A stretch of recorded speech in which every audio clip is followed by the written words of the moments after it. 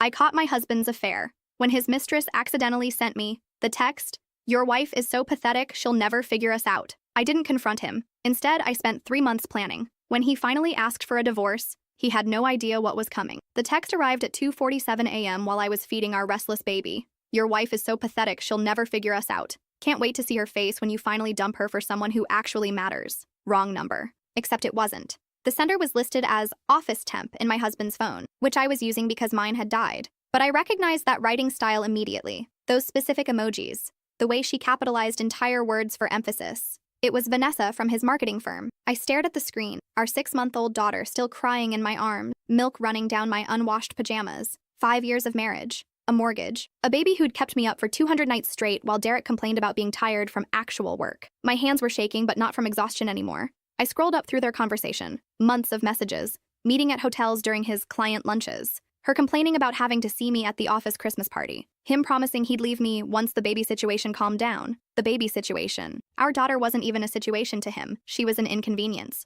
I took a screenshot of everything, then deleted the evidence of me seeing it. The next morning, Derek came downstairs whistling, kissing my forehead like the devoted husband he pretended to be. "Sleep okay?" he asked, already knowing I hadn't. "Like a baby," I lied, bouncing our actual baby on my hip. He laughed at his own joke and headed to work. To her. That's when I started planning. For 3 months, I played the perfect wife. I smiled when he worked late. I thanked him for the flowers he brought home, the same ones I'd seen on Vanessa's Instagram story hours earlier. I even suggested he take that work trip to Chicago, knowing exactly who he'd be meeting there. While he was busy playing house with his mistress, I was busy playing chess. I documented everything, hired a private investigator, transferred money into accounts he didn't know existed. Most importantly, I started recording our conversations, particularly the ones where he complained about supporting a lazy wife who doesn't contribute anything. 3 months later, Derek finally worked up the courage to ask for what he thought he wanted. "I think we should talk about our future," he said over dinner, the same rehearsed speech I'd heard him practicing in the shower. "Of course," I replied, cutting my steak with surgical precision. "I've been thinking the same thing." He looked surprised by my calm reaction. What happened next would change everything. Derek shifted uncomfortably in his chair, clearly not expecting my composed response. He'd probably rehearsed this moment with Vanessa, imagining tears and begging. "I mean," he continued, "we've grown apart. We want different things. Maybe it's better if we get divorced?" I finished for him, taking another bite of steak. "I agree completely." His mouth fell open. This wasn't going according to script. "You agree?" "Absolutely. In fact, I've already spoken with a lawyer." The color drained from his face. "When?" 3 months ago. Right after I got that interesting text meant for you." Derek's fork clattered against his plate. "What text?" I pulled out my phone and read Vanessa's message aloud, complete with the laughing emoji. His face went through about 17 different expressions before settling on panic. "I can explain." "Oh, you don't need to explain anything," I said, standing to clear the dishes. "Your girlfriend was very thorough in her messages. The hotel receipts I found were also quite explanatory." Derek jumped up, following me to the kitchen. "Listen, I know this looks bad, but it looks exactly like what it is. A pathetic middle-aged man throwing away his family for a 24-year-old who calls his wife pathetic." I rinsed my plate calmly. "The irony isn't lost on me. I never meant for you to find out like this. You never meant for me to find out at all. There's a difference." He tried to touch my shoulder, but I stepped away. "I know I messed up, but maybe we can work through this. For the baby." I laughed. Actually laughed. "Now you care about the baby? The same baby you called a situation that needed to calm down before you could leave me?" His face went white. "You recorded our conversations? Just the ones where you revealed your true character. Like when you told Vanessa I was a leech who never worked a day in my life." I dried my hands methodically. Interesting perspective, considering I managed our household, raised our child, and somehow found time to document your affair while you thought I was too stupid to notice. Derek slumped against the counter. "What do you want?" "What I want is irrelevant. What I'm getting is everything." I opened my laptop and showed him a spreadsheet. "This is our complete financial picture. Assets, debts, projections." He squinted at the screen. "How did you get access to your hidden accounts? Your cryptocurrency investments? The money you moved to pay for hotel rooms?" I scrolled through the documents. "I may not have a traditional job, Derek, but I have a finance degree, and 3 months of very motivated free time." His hands started shaking. "You can't just take everything." "Actually, I can. You see, while you were busy planning your exit strategy with your girlfriend, I was planning mine with a lawyer. A very good lawyer who specializes in infidelity cases." I pulled up another document. "In our state, adultery affects asset division, especially when the cheating spouse uses marital funds to support the affair. Those $400 dinners, weekend getaways, the jewelry you bought her, all documented." Derek's voice cracked. "I'll fight this." "With what money?" "Oh, you mean the accounts I already had frozen pending the divorce proceedings?" I tilted my head sympathetically. "Or maybe you're thinking of borrowing from Vanessa, except she doesn't know about the gambling debts you've been hiding, does she?" The blood drained from his face completely. How do you know about your poker losses? The sports betting? The money you borrowed from your retirement account? I closed the laptop. Derek, for someone conducting a secret affair, you're remarkably bad at keeping secrets. He collapsed into a chair. This isn't fair. Fair? I sat across from him, voice deadly calm. Fair would have been you acting like a husband and father instead of a teenage boy with a midlife crisis. Fair would have been you asking for a divorce before starting an affair. Fair would have been you not calling the mother of your child pathetic to your mistress. Tears started rolling down his cheeks. I can change. I'll end things with Vanessa. We can go to counseling. Oh, you don't need to end things with Vanessa. In fact, I think you should pursue that relationship fully. Hope flickered in his eyes. Because, I continued, someone should warn her what she's getting into. I've prepared a nice folder for her containing all your financial records, including the debt she'll inherit if she marries you, plus documentation of your gambling addiction and the pattern of lies you've maintained. You wouldn't. I already did. I sent it to her yesterday, along with screenshots of you calling her desperate and clingy in your conversations with your poker buddies. I smiled sweetly. Turns out you weren't just lying to me. Derek's phone started buzzing. Vanessa's name flashed on the screen. He looked at it in horror. Aren't you going to answer? She's probably calling to discuss your future together. He declined the call, but it immediately rang again. Derek, I said gently, I want you to understand something. I didn't destroy your life. You did. I just documented it. His phone kept ringing. Text messages started popping up on his screen. From Vanessa, his co-workers, his gambling buddies. Word was spreading fast. 3 months ago, when I got that text, I had a choice. I could have confronted you, screamed, begged, made a scene. Instead, I chose to protect myself and our daughter. I stood up. I chose to be strategic instead of pathetic. Derek looked up at me, broken. Where am I supposed to go? That's not my problem anymore, but I hear the Motel 6 has weekly rates. I walked upstairs to pack his bags. Everything I'd learned about him over 3 months of investigation went into those suitcases. His hidden gambling apps, his credit card statements, the love letters he'd written to 3 different women before Vanessa. When I came back down, he was still sitting at the table, staring at his buzzing phone. Your things are by the door, I said. My lawyer will contact you about visitation arrangements for our daughter. Supervised visitation, given your current instability. Supervised? His voice was barely a whisper. Derek, you called your own child a situation. You gambled away her college fund. You brought your mistress to our home while I was at my mother's funeral. I picked up our daughter from her high chair. Did you really think I'd trust you alone with her? He stood slowly, like an old man. I loved you once. No, I said, holding our baby close. You loved the idea of me, the wife who'd stay home, stay quiet, stay grateful. You never loved the actual me. As he picked up his suitcases, Derek turned back one final time. I'm sorry. I'm not. This is the first honest conversation we've had in years. After he left, I sat in our living room, my living room now, and called my sister. It's done, I said when she answered. How do you feel? I looked around at the home I'd fought to keep, at my daughter playing peacefully in her bouncer, at the life I'd managed to save through pure determination. Free, I said. I feel free. But the story didn't end there. Derek's departure was just the beginning of the unraveling I'd set in motion. The next morning, I received a call from my private investigator, Patricia, a former police detective who specialized in financial fraud cases. You're going to want to see this, she said. Can you meet me at my office? An hour later, Patricia spread dozens of documents across her desk. Bank statements, credit reports, business filings, phone records, a paper trail that painted a picture far worse than I'd imagined. Your husband isn't just having an affair, she said. He's been systematically stealing from his company for 2 years. My stomach dropped. Stealing how? Ghost employees on the payroll, fake vendor invoices, expense account fraud. He's embezzled close to $200,000. Patricia pointed to highlighted sections. And here's the kicker. He's been using Vanessa's information to set up shell companies. She's unknowingly involved in money laundering. I stared at the evidence. Does she know? Doubtful. Her credit score took a massive hit 6 months ago, but she probably thinks it's from the student loans Derek convinced her to consolidate. Patricia leaned back. This girl isn't just his mistress. She's his unwitting accomplice. The full scope of Derek's deception was staggering. He hadn't just betrayed our marriage. He'd built an entire criminal enterprise around his lies. What happens now? I asked. That depends on you. We can turn this over to the FBI, or... Patricia paused. We can use it as leverage. I thought about Vanessa, barely older than my sister, caught up in something she couldn't possibly understand.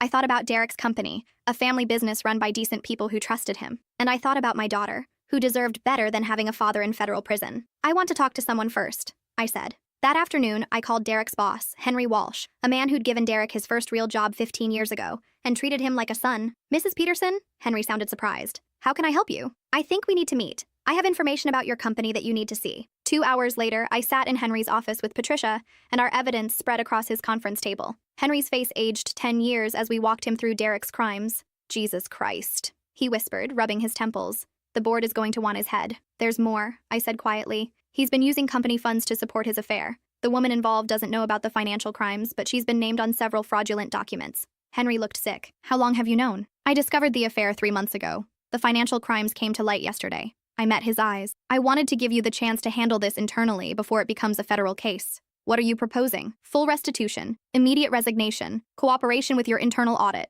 In exchange, we keep this between us unless he forces our hand. Henry was quiet for a long moment. And if he refuses? Then Patricia makes some phone calls, and Derek spends the next decade in federal prison. That evening, Henry called Derek and requested an emergency meeting. I wasn't there, but Patricia had planted recording devices in Henry's office. Completely legal, since Henry consented. Derek arrived confident, probably thinking he was getting a promotion. The recording captured everything. Henry laying out the evidence, Derek's denials crumbling as the proof mounted, his eventual breakdown when he realized he was caught. You have until tomorrow morning to decide, Henry told him. Full confession, complete restitution, and resignation. Or we call the authorities. Derek chose self-preservation. The next day, he signed a confession admitting to embezzlement and fraud. He agreed to repay every penny, even if it meant working minimum wage jobs for the rest of his life. Henry fired him quietly, telling the staff he'd left for personal reasons. But Derek's humiliation was just beginning. That same afternoon, Vanessa received a registered letter containing copies of every fraudulent document bearing her name, along with a complete breakdown of how Derek had destroyed her credit and potentially implicated her in federal crimes. She called me within an hour.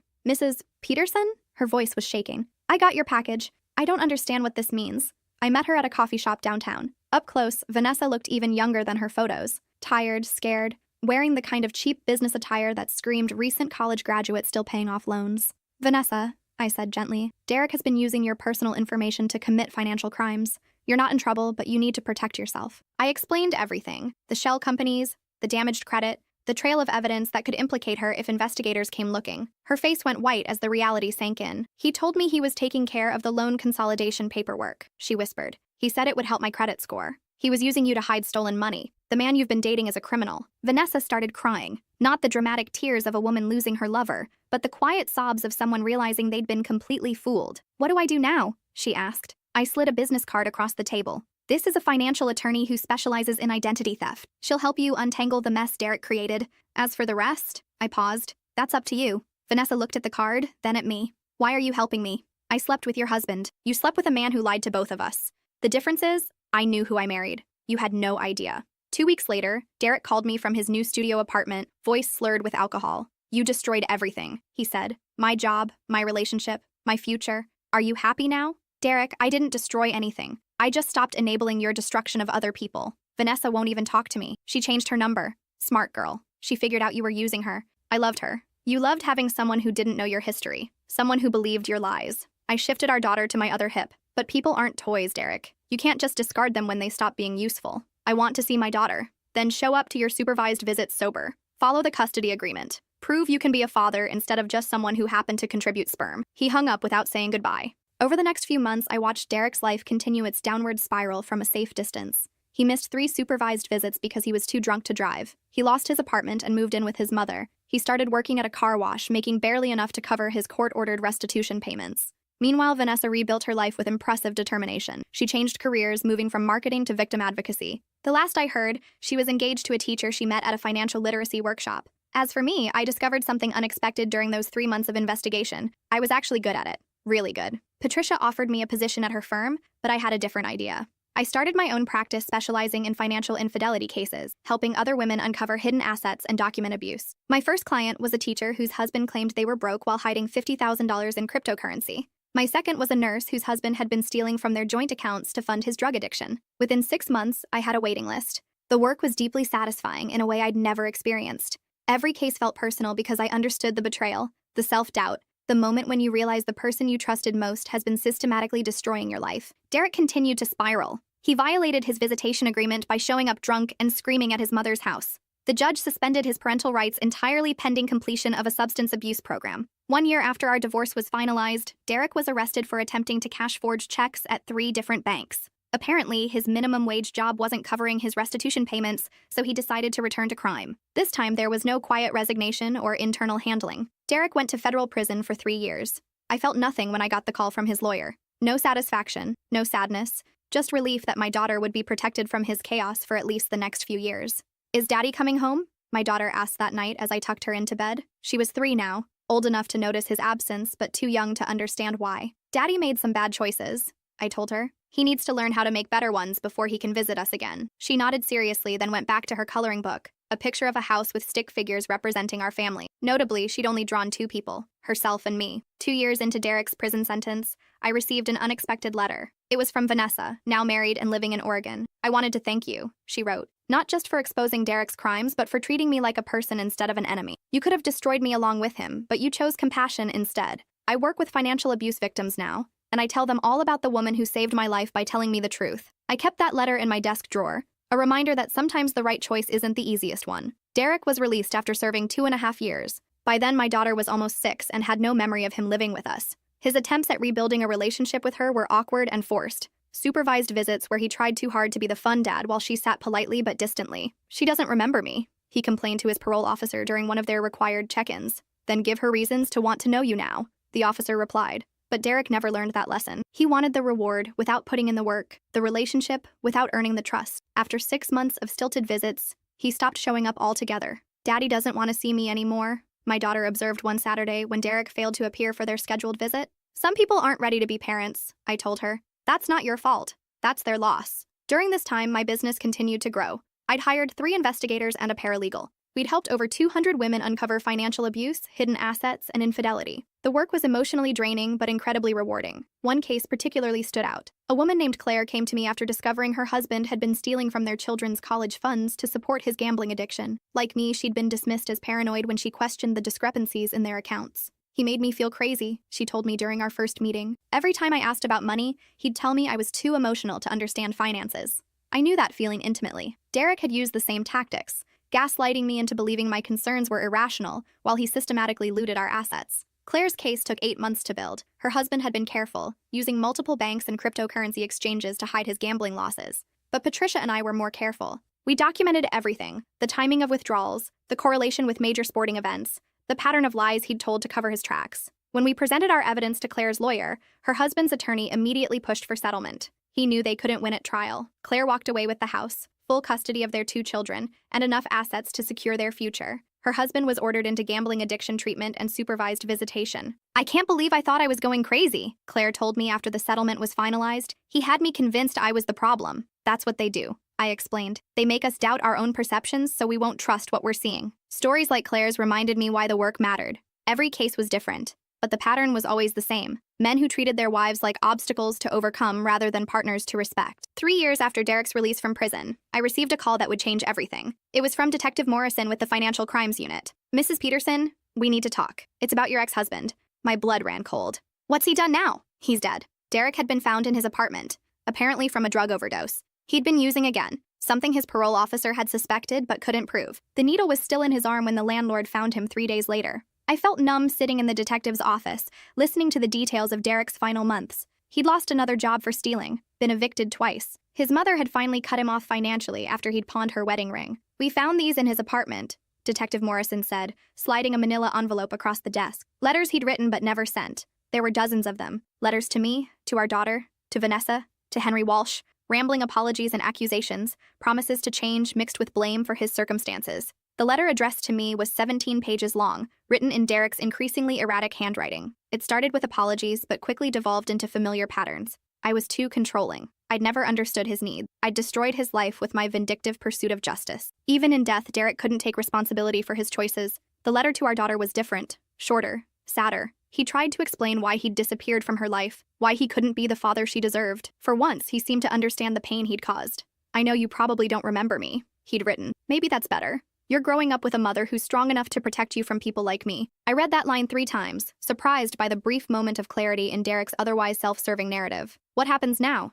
I asked Detective Morrison. "That's up to you. He didn't have a will or any assets. The state can handle burial arrangements or—" "I'll take care of it," I said quietly. Not because I owed Derek anything, but because my daughter might someday ask about her father's final resting place. She deserved to have answers. The funeral was small, just me, Derek's mother, and a few former coworkers who'd known him before everything fell apart. Henry Walsh came, probably out of obligation more than grief. Vanessa sent flowers but didn't attend. As they lowered Derek's coffin into the ground, I thought about the man I'd married versus the man he'd become. Or maybe he'd always been this person, and I'd just been too young and naive to see it. Derek's mother approached me after the service, her eyes red from crying. "I know what he did to you," she said quietly. "I know you had every right to hate him. Thank you for this." I nodded, not trusting myself to speak. Despite everything, I felt sad for the waste of it all, the potential squandered, the relationships destroyed, the daughter who would grow up with only fragments of memories about her father. That night, I sat with my daughter, now 9 years old, and told her about Derek's death. She listened solemnly, asking practical questions about what this meant for her. "Are you sad?" she asked. "I'm sad that he couldn't figure out how to be better," I told her honestly. "I'm sad that he missed the chance to know you." "I'm not sad," she said matter-of-factly. "I already have a family." She was right. We'd built something strong and healthy from the ashes of Derek's destruction. My sister's family, my business partners, the community of women I'd helped over the years, we'd created our own definition of family based on choice rather than obligation. 5 years after Derek's death, my daughter graduated high school as valedictorian. She'd been accepted to Stanford with a full scholarship to study biomedical engineering. The shy little girl who'd once asked why daddy didn't come home had grown into a confident young woman who knew her worth. During her graduation speech, she talked about resilience and the importance of surrounding yourself with people who believe in your potential. She never mentioned Derek, but she thanked me for showing her that strength looks like taking action rather than accepting circumstances. That fall, as I helped her pack for college, she found a box of old photos in the closet. Most were pictures of our life together, but at the bottom was Derek's final letter to her. "Should I read it?" she asked. "Only if you want to. It won't change anything about who you are or what you've accomplished." She set the letter aside without opening it. "Maybe someday, but not today." I respected her choice. She'd built her identity without Derek's influence, and she had the right to decide if and when she wanted to hear his version of events. My business had evolved over the years into something larger than I'd ever imagined. We now offered support groups, financial literacy workshops, and legal advocacy for women facing economic abuse. I'd written a book about recognizing financial infidelity that had become a bestseller. The irony wasn't lost on me. Derek's betrayal had ultimately led to my most meaningful work. His attempts to diminish me had instead revealed strengths I'd never known I possessed. On the 10-year anniversary of that first devastating text message, I received an email from a woman named Jessica. She'd read my book and recognized her own story in the pages. "My husband has been hiding money in cryptocurrency accounts," she wrote. "He tells me I'm paranoid when I ask about our finance. I found your book at the library and realized I'm not crazy. Can you help me?" I smiled as I typed my response, remembering the scared and isolated woman I'd been a decade ago. That woman would never have imagined the life I'd built, the people I'd helped, or the strength I'd discovered in the darkest moments.